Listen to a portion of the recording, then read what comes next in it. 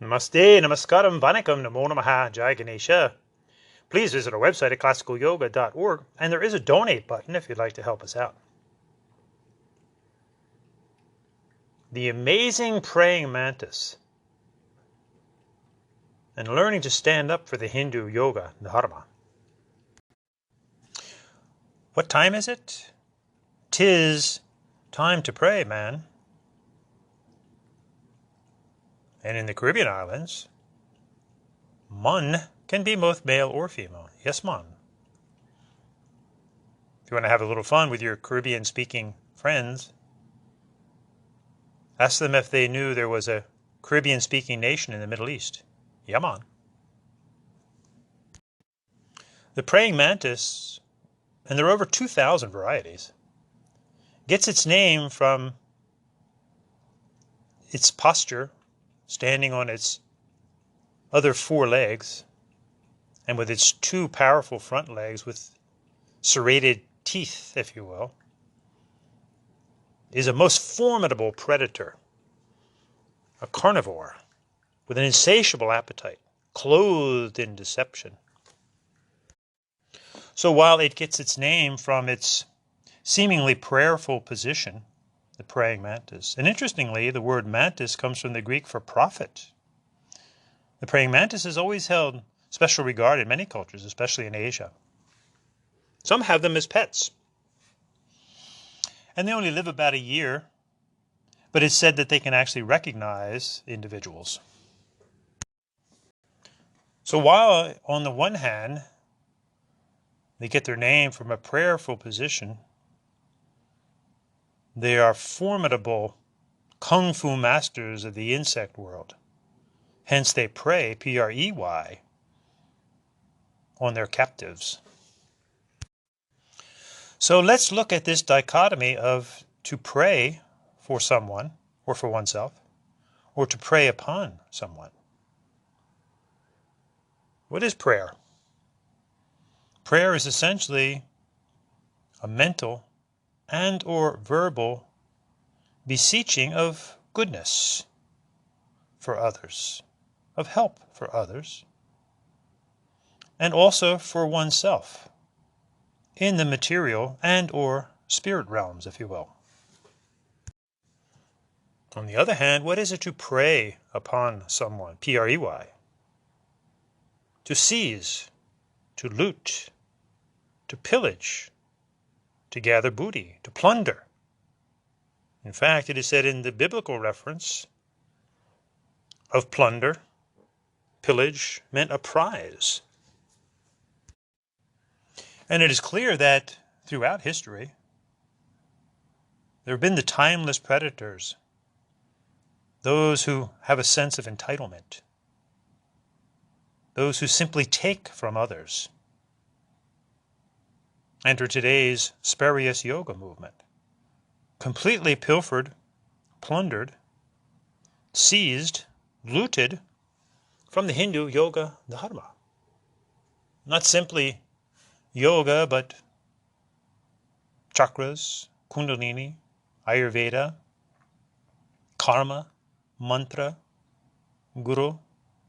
These once sacred Sanskrit, Hindu, Tamil words have actually become distorted into something totally non-Hindu, and even in many regards totally non-religious spiritual. So let's learn from this amazing creature, which is loved by many. Praying mantises are loved by farmers, for example, because they eat dangerous, destructive insects.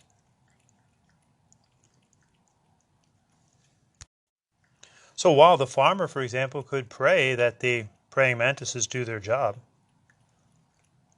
the praying mantis is preying upon its victims. So from this creature, we can learn a lot about what it is to pray for someone, P-R-A-Y, what it is to be prey, and how to avoid being prey, being violated, being raped, colonialism. the sense of elitism that simply feels entitled to take from others, to exploit.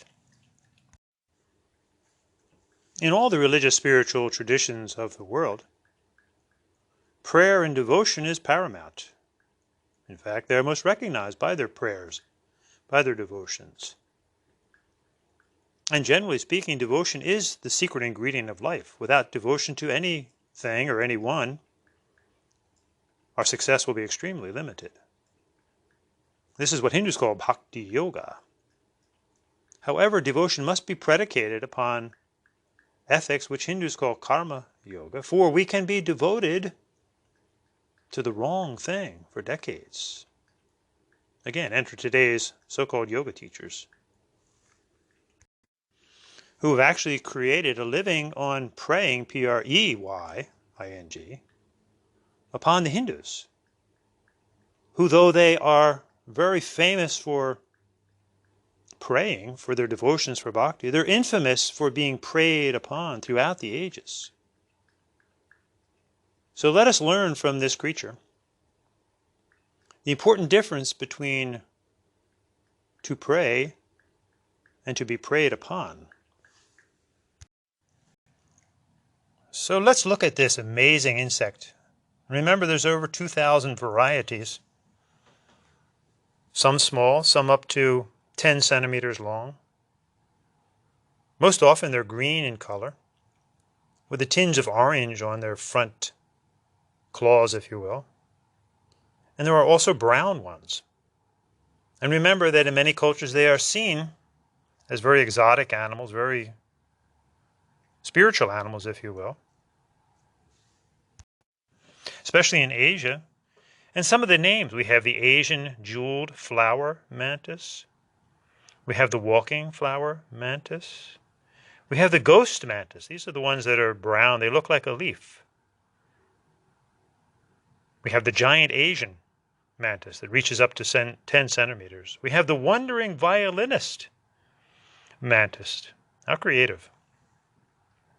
This is what we do as humans. We name and we label everything. And for all you ladies out there, the female is the dominant species. She's bigger than the male. And if she gives the male the opportunity to mate with her, she may or may not decide to eat him up.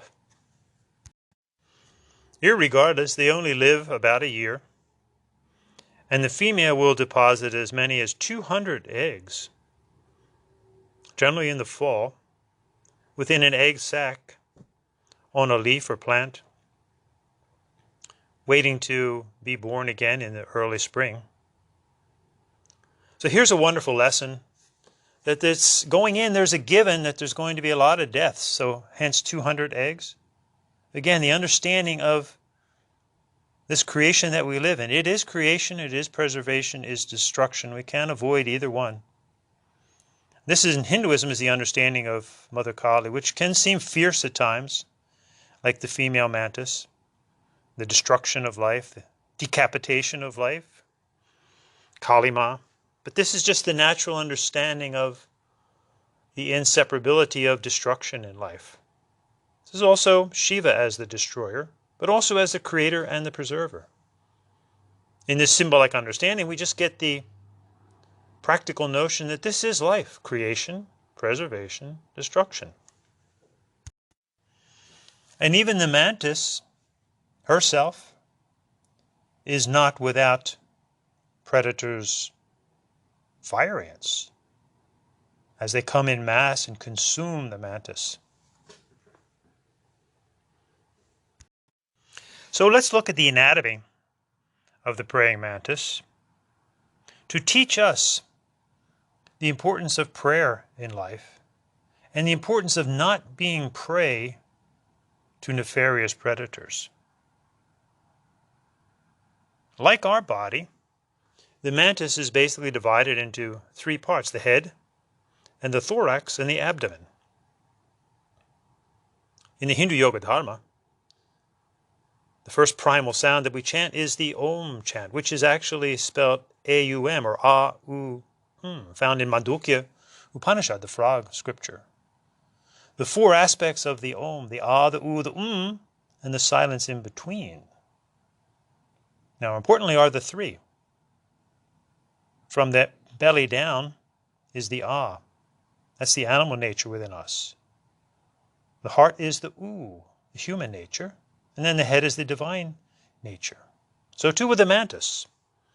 From the lower, the abdomen, to the thorax, to the head. So the sacred number 3 and the Om, which is always associated with our first deity in Hinduism, Mahaganapati. He is Brihaspati, the primal male deity of speech in the Vedas. Just as Mahasaraswati is the primal female deity of speech in the Vedas, Vach or Vak.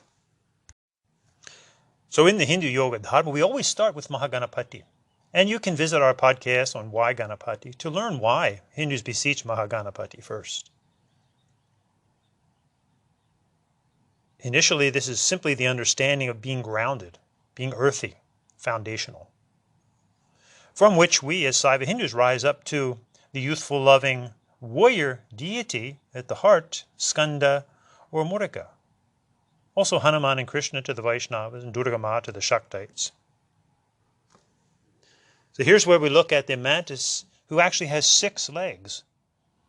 And 6 is the sacred number of the heart chakra deity, Murga, Skanda, Sanmukhanada, the 6-faced deity at the heart. Reminding us to always be a youthful, loving warrior. This is truly what it is to be a philosopher, one who loves knowledge, youthful, loving warrior, not afraid to think outside the box. And in the Hindu Yoga Dharma, we of course have many scriptures. Vedas, Agamas, Tantras, Mahabharata, Ramayana, Tirukkural, Tirumantram, Puranas. And we have the Shad-darshanas, the 6 orthodox systems of Hindu philosophy, one of which is the Yoga Darshana, the Yoga Sutras of the Saiva Hindu Guru Patanjali, which unfortunately has been so distorted and taken out of context by those who really don't have a positive warrior spirit, but a negative warrior spirit of preying upon the Hindus. Murga, Skanda, Hanuman, Krishna, these are all associated with the heart chakra. And the color of the heart chakra is green. And the majority of mantises are green in color. Very interesting connection, as they truly are the warrior insects. But remember, as humans, we want to be a youthful, loving warrior. A warrior without love just becomes a bully and a brute. So from Ganesha, the 3, to Murga, the 6, to the deity head. And for Saiva Hindus, this would be Shiva, Shiva Shakti. And the sacred number 5, the Panchakshara mantra, Nama Shivaya. And interestingly, the mantis's head is a triangle. And often in sci-fi films, they'll use an exploded view of a mantis to represent an alien with its triangle head, which is an amazing appendage of creation, of evolution. It can actually turn 180 degrees. The only insect that can do that. Unlimited vision.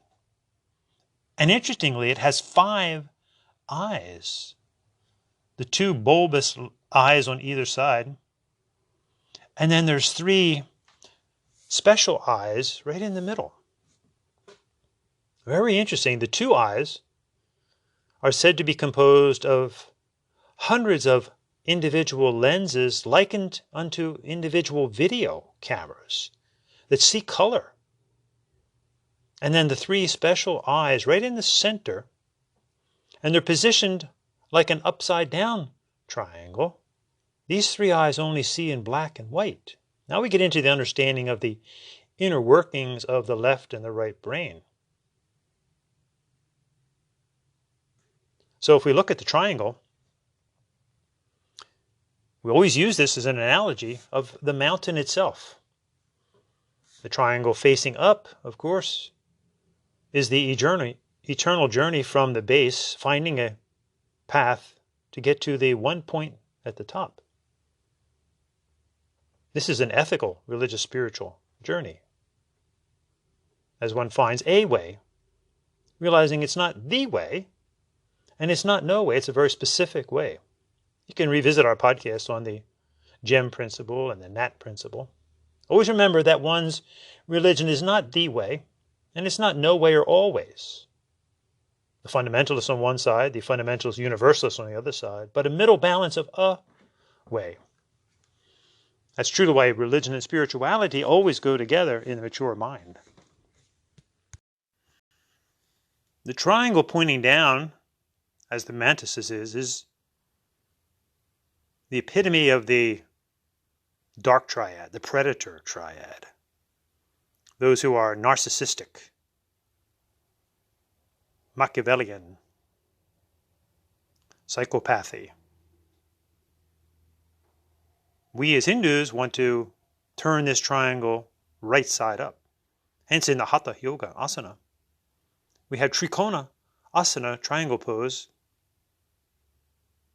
which reminds us to be a light triad, the triangle pointing up, where now we incorporate humanism and faith in humanity and Kantianism. You can visit our podcast, Ashtanga Moksha, podcast we made that goes through this dark triad and the light triad. So for us as Hindus, our light triad is really the understanding of how to eradicate Lobha, Krodha, Kama. These are the three stripes of vibhuti that Saiva Hindus wear, reminding us on a daily basis to burn up. Vibhuti is the holy ash made from cow dung. In other words, we've gone from BS to vibhuti. We burn up on a daily basis greed, anger, and lust, Lobha, Krodha, Kama, by dana, dayadvam, damyata, by giving, by compassion, by control. Dana, dayadvam, also karuna, damyata. This negates Lobha, Krodha, Kama. And isn't it interesting that giving is the primal remedy? And just think for a moment, especially when we are extremely selfish, or just a little bit selfish. We may say, well, why give? But think of this image. Imagine that you're all standing in a line right in front of each other, kind of like a relay race. And each one of you has a stick. So now hand the stick to the person in front of you. In other words, give the stick to the person in front, and what automatically happens? You're given one from the person in the rear. Now I know this is idealistic, but this is the primal wisdom that you find really in all the religions of the world. Whether it's really carried out or not is another story. But the wisdom of giving. Think if we all gave, we would not want. We would have no need of want if we all gave to each other. It's when we short-circuit the process with our selfishness. This is why in all the religions of the world, the basic services are offered on a donation basis. Everybody's free to go to a mandir, to an ashram, to a synagogue, to a church, to a mosque. And people leave a donation in order for the facilities to continue. This is why one truly never makes a business out of that which is so-called spiritual. Now, of course, there's a business end to religion. Yes, bills have to be paid, etc. But the basic teachings and services are always offered on a donation basis because one literally can't buy or sell the gifts of the Spirit. This is where today's distorted yoga is so far off the mark because they've taken what were once sacred Hindu religious spiritual practices and teachings and turned them into an exercise business or just some kind of vague so-called spirituality. So our light triad is giving, compassionate, controlled. Dana, dayadvam, damyata. That should be our triangle pointing up. Where we truly pray for others, and not the triangle pointing down, like the praying mantis, where we prey upon others. So let's strive to be clear on whether we are praying, P-R-A-Y, or praying, P-R-E-Y. And this is a lifelong lesson, or lifetimes. Remember, it is in the Hindu Yoga Dharma, as well as some of the other Eastern religions, if you will, that we truly believe in what Hindus call samsara, or reincarnation. And finally, the praying mantis teaches us this. Like the snake, which is also sacred within Hinduism, the praying mantis sheds their old skin, taking on a new body. The factual wisdom of reincarnation, simply look at this one life. Is not our body, mind, and emotions always changing? As we reincarnate, as we take on one body after another? Another lifetime is simply a different time span. So we can learn from Mother Nature, Bhumi Mata. This is why in Hinduism the first word is Ritta Dharma, the Dharma of order, of nature, Bhumi Mata, Mother Earth, wherein she teaches us the wisdom of reincarnation, season after season. Birth, death, creation, preservation, destruction.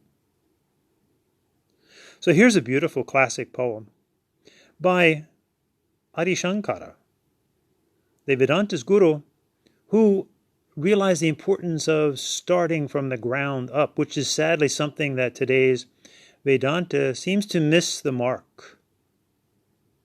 It's always Dvaita to Advaita. And actually we can't speak about Advaita, or that which is non-dual. As Adi Shankara recognized the wisdom of Mahaganapati in his famous Ganesha Pancharatnam. And in this Sivananda Lahari, it's a beautiful sloka to the spring season. Chambo Dhyana Vasanta Sangini Hrid Armeyaga Jima Chadaha Srasta Bhakti Lata Chadaha Vilasitaha Punya Pravala Shritaha Dipyanti Guna Goraka Japa Vachaha Pushpani Sad Vasana Yanananda Suddha Maranda Lahari Samvit Pala Bhyun Natiha. In the heart garden, fond of the spring season of meditation or Raja Yoga, on Shambho, Shiva, there shines the assemblage of devotional creepers, all of us, Bhakti Yoga, which have shed the old leaves of sins, Papa, and taken on the tender leaves of merit, Punya, Karma Yoga. The buds of virtue, the flowers of Japa, Raja Yoga. The pure fragrance, the flow of nectar juice of wisdom and bliss, Jnana and Kundalini, and the increase of the fruit of pure consciousness, Satchit Ananda, Chidananda Rupa, Shivoham, Shivoham. And Shankara also equates the wise person with the spring season. Santa Mahanto Nivasanti Santo, Vasanta Valoka Hitam Charantaha, Timaha Swayam Bhima Bhavamavam, Yanan Ahetun Anya Api, Tarayantaha. There are good souls, calm and magnanimous, who do good to others, as does the spring, and who, having themselves crossed the dreadful ocean of birth and death, help others also to cross the same, without any motive whatsoever. Remember, in religious spiritual life, three things actually to avoid are picture, personality, and price tag. And remember that the inner essence, the Atmana to the Hindus, soul and spirit to others, is sometimes so covered up that we don't even realize it. Other times there are glimpses. We get little revelations, little epiphanies. So as Hindus, we always look to the moon, and we always do a special puja on Purnima, full moon night, to remind us, number one, that the moon, like the mind, has no light of its own. It's merely reflecting the light of El Sol, Surya, the sun. Hence the wisdom of the Atmana within all of us, the Surya Narayan, the Tattvamasi, that thou art. And then the mind that is used as a tool of the Atmana, reflecting the light of the Atmana. As our famous sloka goes, Om Purnamada Purnamidam Purnat Purnamudachate Purnasya Purnamadaya Purnamiva Vashishyate. Fullness is in the unconditioned and the conditioned. From that fullness comes this fullness. Though this fullness comes from that fullness, fullness alone remains. Remember, we are that inner essence which Hindus call the Atmana, which is not the mind, thank goodness. It is Satchidananda, it is pure consciousness, pure existence, pure knowledge, pure energy, sound energy, light energy, heat energy, which becomes the human emotion of Ananda or bliss. Sat Chit Ananda, Jyoti Shakti Ananda Shanti, love, light, and energy. Om, this are we with emotions, mind, and body. Pray for this realization. Be a praying man. 'Tis time. Be a praying woman. Om Shanti, Shanti, Shanti. And in conclusion, this podcast was inspired by doing Hatha Yoga one afternoon. And remember that Hatha Yoga, the proper term for what is mistermed yoga today, are Hindu devotional postures. Sadly, this yoga of today has been distorted into a crass physical exercise business or a very vague spirituality or a so-called universal spirituality, which is totally illogical. True Hatha Yoga, remember the Sanskrit, Tamil, Hindu word yoga means to yoke to one's Atmana and Brahman, already deep into the Hindu Dharma, Yujatma Brahman Cha. And Hatha Yoga, Hatha, 2 syllables, Ha and Tha, and Ha stands for Hara and Hari, or Siva and Vishnu respectively, and Tha refers to the moon and the sun, also respective to Siva and Vishnu. So true Hatha Yoga are Hindu devotional postures to the Atmana within all of us, to the Atmana that flows through nature, the Satchidananda that flows through nature, pure energy, consciousness, bliss, heat, the pure consciousness that flows through the various creatures. And this is the way Hatha Yoga was developed. For example, go out in your backyard and look at a tree. And then say to yourself, how can I be like the tree? Looking at the tree as a brother, a sister. Well, stand on one leg. And this is how Vrikshasana was created, tree pose. And this is how true Hatha Yoga came about. So one afternoon sitting on the floor with legs apart in the letter V, put the hands together and simply lean forward so your arms are straight. A very simple but very relaxing asana. So we call it praying Mantisasana. And this gives a bit of relief for the legs that have been crossed for a while, or for those who maybe can't cross their legs. So you can simply make a comfortable V, however far you can spread your legs apart, and how far you want to reach forward with your hands on the floor. Palms down, hands together, make a nice neat package. And then your head, obviously, extended above, thinking now of the image of the praying mantis. So the 2 legs forward, and then imagine 2 legs behind you. So that makes 4. And then your 2 outstretched arms are 5 and 6, which make the pinchers that the praying mantis uses to catch its prey. So sit in this asana, and if you'd like, re-listen to this podcast and think about the wisdom of the praying mantis, and think about the wisdom of the Hindu yoga Dharma, and truly respecting that all of real yoga is Hinduism. So let's be clear. Praying for someone, wonderful. Praying upon someone, P-R-E-Y, not good. Allowing others to pray upon us, equally bad. So Hindus really need to step up to the plate. Yes, there have been invasions, distortions, thefts, right up to the present moment in the complete misuse of our sacred Hindu yogas. It's a travesty. Shame on the invaders. Shame on those preying upon the Hindus. But equal shame on the Hindus who do not stand up and protect the Dharma. And even worse, those who actually capitulate to the modern spurious yoga. If you listen to our podcast on the elephant in the room and the elephant not in the room, this may prove illuminating. And also listen to our podcast on the intent of Hatha Yoga.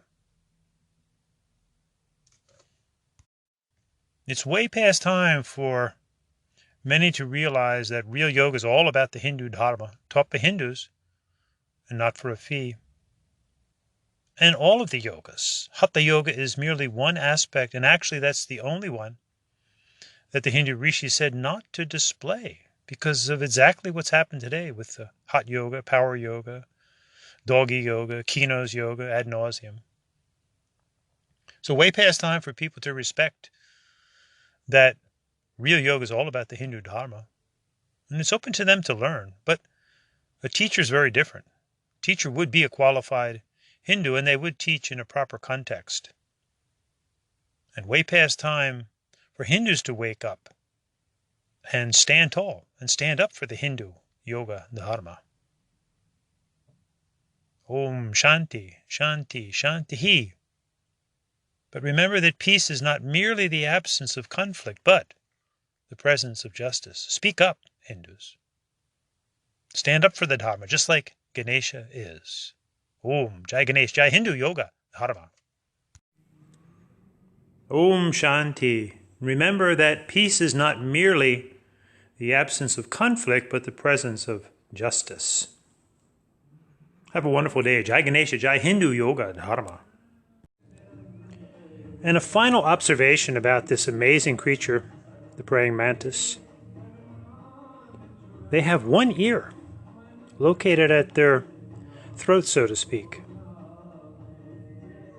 Now in the Hindu Yoga Dharma, the throat chakra, the Visuddha chakra, is all about purification, and it's about the inner akasha, or ether, if you will, the inner space, and the quality of hearing. Think on that. And then visit our subsequent podcast.